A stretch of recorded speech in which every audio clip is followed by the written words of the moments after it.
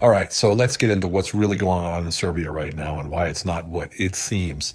So, what is going on in Serbia right now? Well, we're seeing a Maidan style protest on the ground. And if that term's new to you, well, let me break it down real quick. Back in 2014 in Ukraine, a protest turned into a revolution. Young people in the streets waving EU flags, chanting for change, but behind the scenes, it was about power, money, and foreign influence. It led to regime change, right? War, and then the country being carved up. It was called the Orange Revolution or the Color Revolution. That's what we mean when we say Maidan style. A protest that looks organic but is pushed by the outside hands. And now it's showing up in Serbia. Here's the surface story. It started last year after a train station roof collapsed. People died, the public got angry. That's the spark.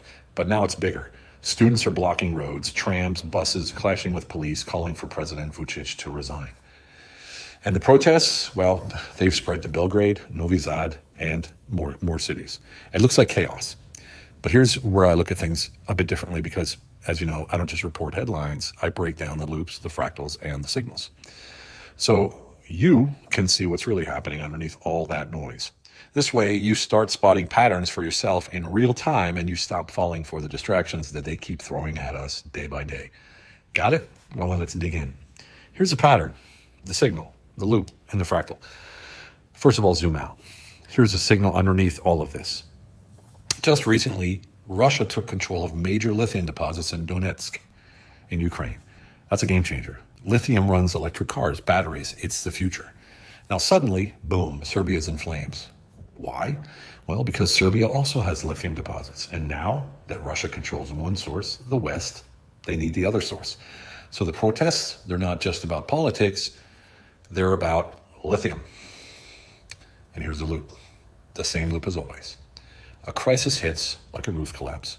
Protests erupt. Media shows the youth rising up.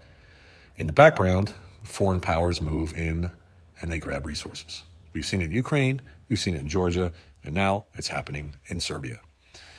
And the fractal? Well, first off, a fractal is a pattern that repeats over and over no matter how close or how far you zoom. And this is the same fractal as always. Crisis, chaos, control. It's a formula. The names change, the playbook doesn't. Then there is the signal. This isn't just about protests, obviously. This is about who controls the lithium. Like I just said, this is about global power plays, and Serbia is caught in the middle. A message to my brave Serbian brothers and sisters, first of all. You are a proud, powerful people. My heart is with you. Don't let anyone trick you into fighting someone else's war. The next days will be critical for your future. You are the signal. Remember, this isn't me teaching. This is the signal for you to figure out.